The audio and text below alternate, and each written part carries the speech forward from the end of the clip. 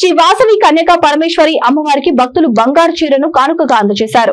3 కేజీల బంగారంతో 2 కోట్ల రూపాయల విలువ చేసే చీరను తయారు చేయించి భక్తులు శ్రీ వాసవి కన్యకా పరమేశ్వరి సంక్షేమ భక్త సంఘం ఆధ్వర్యంలో నిర్వహించిన కార్యక్రమంలో assembly deputy speaker Kolagatla Veerabhadraswamy, Kakinada MLA Dwarampudi Chandrasekhar Reddy చేతుల మీదుగా ఈ చీరను అమ్మవారికి అందజేశారు.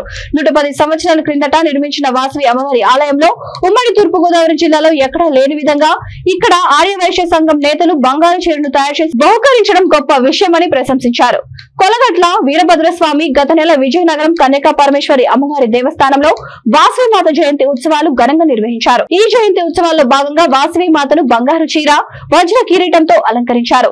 AP assembly deputy speaker Kolagatla Veerabhadraswamy అమ్మవారిని దర్శించుకొని పూజలు నిర్వహించారు. బంగారు చీరలో అమ్మవారిని దర్శించుకోవడానికి భక్తులు బారులు తీరారు.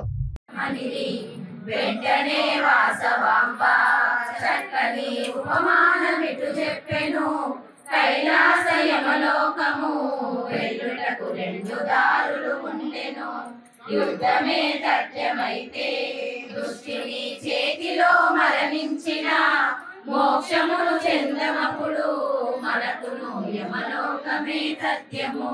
దుర్మార్గుడై ఉండిన సైంధవుడు అభిమన్యు చంపెనయ్యా, సన్మార్గుడై ఉన్నను అభిమన్యు యమపురికి చేరెనయ్యా.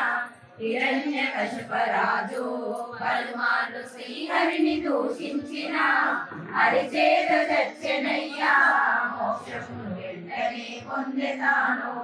శాశ్వతము ఏది కాదు మనమును శీలమును రక్షించుటకు ప్రాణత్యాగము చేసితే